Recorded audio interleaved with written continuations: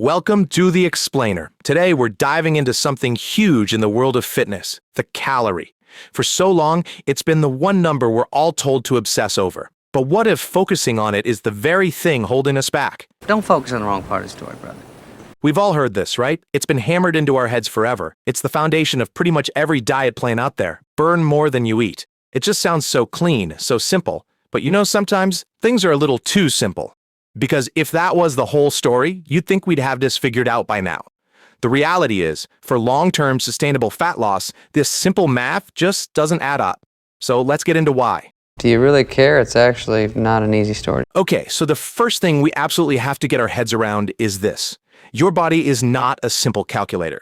It's not just doing basic addition and subtraction. It's an incredibly sophisticated biological system that runs on hormones. I don't mean to get all scientific or whatever. So we gotta completely change how we think about this. Forget the calculator model. Instead, picture your metabolism as a series of switches. The food you eat isn't just a number, it's a signal, a piece of information that flips certain switches and creates a very specific hormonal response. That response is what determines the result. And the single most important switch in this whole system, a hormone called insulin. You could think of it as the master gatekeeper for your fat cells.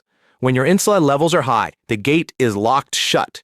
Your body is in full-on storage mode, and it becomes almost impossible to burn stored body fat for fuel, no matter how few calories you're eating. So here's a quick look at how different foods flip that master switch. Carbohydrates, especially the processed kind, send insulin soaring. That's basically hitting the fat storage button. Fats, they have a really minimal effect on insulin.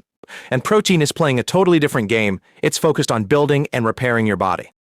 So let's look at what happens when we just ignore this whole hormonal system and blindly slash calories the way most traditional diets tell us to. The fallout from that is actually way more damaging than most people realize. This right here, this is the absolute #1 catastrophic mistake.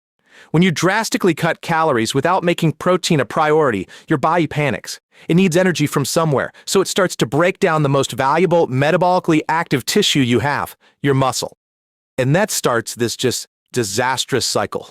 You cut calories, you don't get enough protein, your body cannibalizes its own muscle for fuel.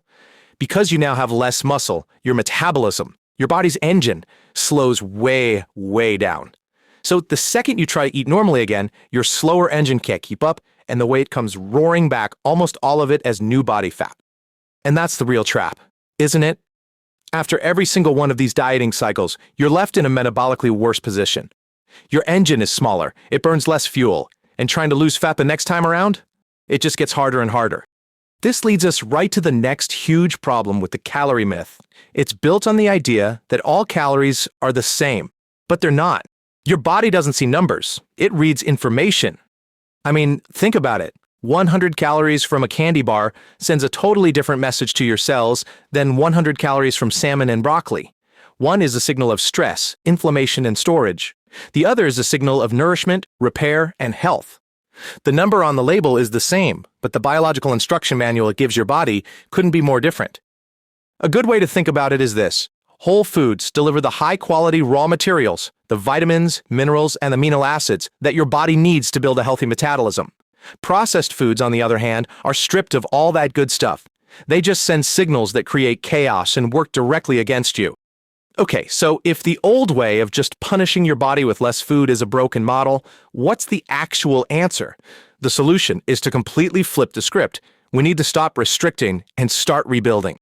And it really all begins with changing the goal itself. Stop chasing a number on a scale. The real objective isn't just weight loss, it is fat loss while you protect or even build your precious metabolically active muscle. That is the key to a real transformation. So this is what that new path actually looks like. It means making protein the star of every meal to protect your engine.